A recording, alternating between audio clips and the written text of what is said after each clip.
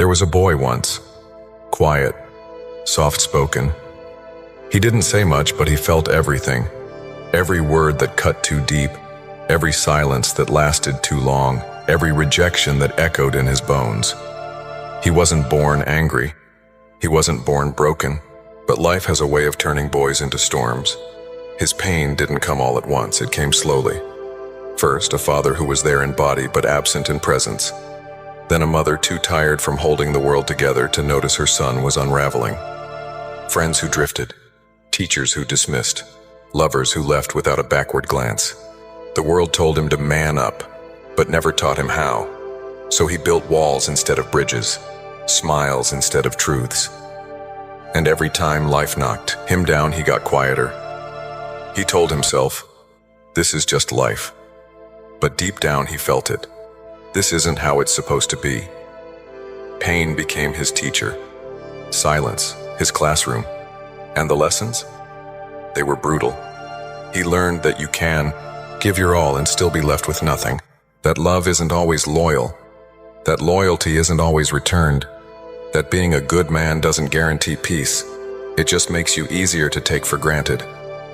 He tried to fit in, tried to blend into a world that rewards loud mouths and punishes quiet strength. But conformity suffocated him. So he walked away. From the noise. From the fake smiles. From the people who only loved him when he was useful. And then, he was alone. Not the kind of alone where you're just without people. The kind where you're left with nothing but yourself. No distractions, no validation. Just the raw, unfiltered version of who you really are. That's where the war began. Not against others, but against the weakest parts of himself. Every man who becomes something powerful first wages war in silence.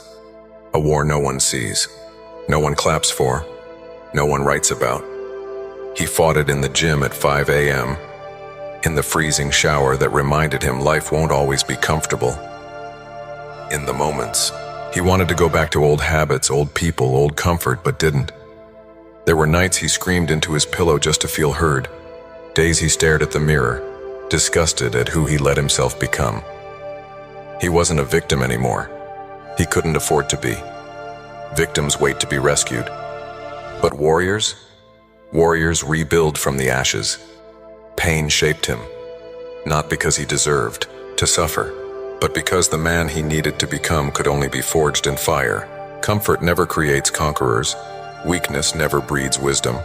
The world will hand you excuses on a silver platter, but he stopped taking them.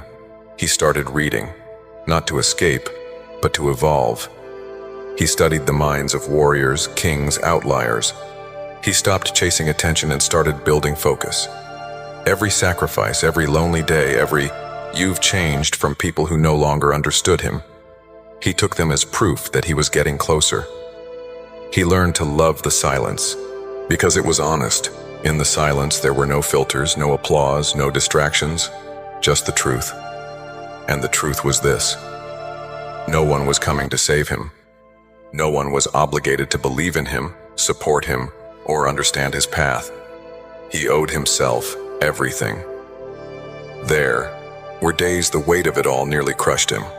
The weight of dreams too big to carry alone.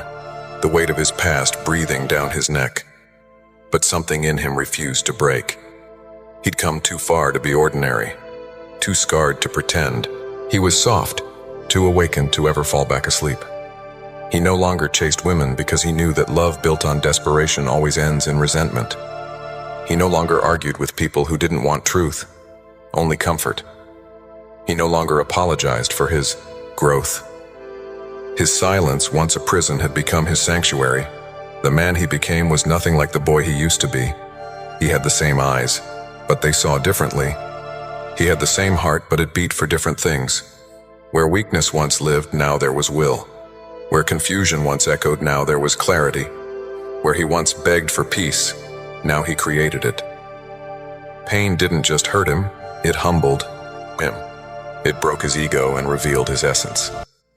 He learned that being strong isn't about never crying. It's about refusing to be defined by your tears. That being disciplined isn't about punishment. It's about promise. The promise that you will never again abandon yourself for people who never plan to stay. He understood now that the world doesn't reward potential. It rewards proof. Everyone wants to be a lion until it's time to bleed alone in the dark with no one watching, no one clapping, and no one helping. That's where the real lions are born. That's where he was reborn. He became the man who walks in silence but speaks with results. The man who doesn't flinch in storms because he is the storm. The man who's too focused to be offended, too driven to be distracted, too disciplined to be broken. The war he fought alone was never about winning over others.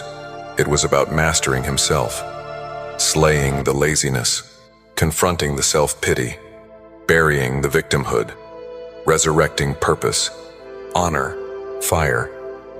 Not for show, but because the future version of him demanded it. People began to notice.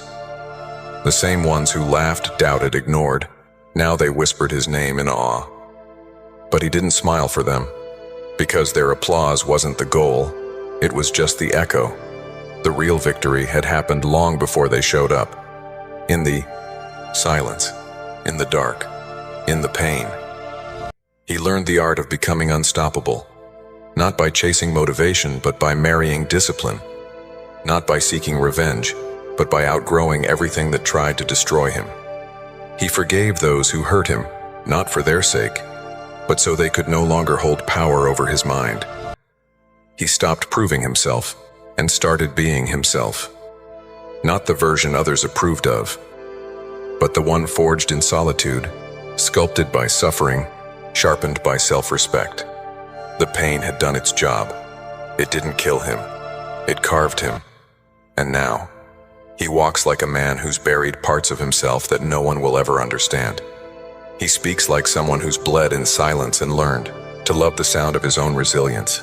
He stands not just as a man, but as a reminder to every boy out there who feels unseen, unworthy, or unloved. You are not weak for feeling broken. You are not doomed because you're alone. You are not behind just because life hit you hard. But if you want to rise, truly rise, you must be willing to hurt, willing to walk away, to fight your demons without an audience, to sacrifice the shallow version of yourself for the deeper, dangerous, disciplined version that's waiting underneath. There's no shortcut, no hack, no handout, just the choice to stop running and start rebuilding. So to the man still in the dark, still fighting his private war, know this: your pain has a purpose, your silence has strength, and your story isn't over, it's just beginning. Let them laugh, let them doubt, let them leave. Because one day the world will ask, how did he do it? And the answer will be simple. He bled in silence.